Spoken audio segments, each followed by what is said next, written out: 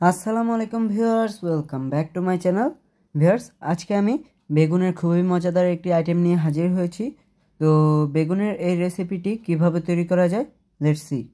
Garlic brinjal ফ্রাইটা তৈরির জন্য at first আমি একটি জারে অ্যাড করে নিচ্ছি রসুন ও শুকনো মরিচ, অ্যাড করে নেব এখানে সরষের তেল, আর দিয়ে দিচ্ছি স্বাদ অনুযায়ী লবণ।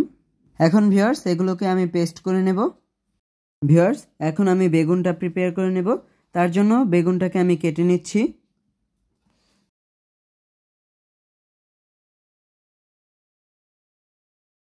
ভিউয়ার্স, এখন আমি বেগুনটাকে কেচে নেব, আর কেচে নিলে এটার ভিতর ভালো করে মশলা ঢুকবে অ্যান্ড খেতেও ভালো লাগবে।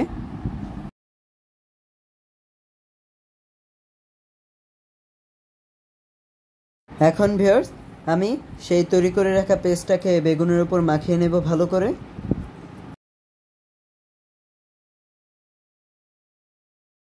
ভিউয়ার্স, এখন আমি একটি প্যানে অ্যাড করে দিচ্ছি তেল।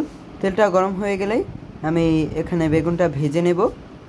ভিউয়ার্স, বেগুনটা মাছে সময় নিয়ে ভাজতে হবে, তা না হলে বেগুনটা কাঁচা থেকে যাবে। আর এটাকে উল্টিয়ে পাল্টে ভালো করে ভাজতে হবে। ভিউয়ার্স, বেগুনটার এক পিঠ ভাজা হয়ে গেছে, এখন আমি উল্টিয়ে দিচ্ছি। এখন ভিউয়ার্স, ধনিয়া পাতা কুচি অ্যাড করে নেব। আর ধনিয়া পাতাটা দেওয়ার পর সাইড থেকে তেল নিয়ে ধনিয়া পাতাটার উপরে দিতে হবে। ভিউয়ার্স, বেগুনটা ভাজা হয়ে গেছে, এখন আমি উঠিয়ে নিচ্ছি। সো ভিউয়ার্স, তৈরি হয়ে গেল আমাদের এই মজাদার গার্লিক ব্রিঞ্জাল ফ্রাইটা। আপনারা চাইলে এটাকে ভাত, পোলাও কিংবা খিচুড়ির সাথে সার্ভ করতে পারেন। তো এখন এটা ট্রাই করার পালা।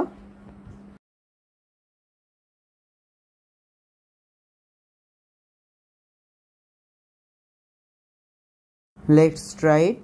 বিসমিল্লাহ। ভিউয়ার্স, এটা খুবই মজাদার হয়েছে। আই থিঙ্ক আপনাদের কাছেও ভালো লাগবে।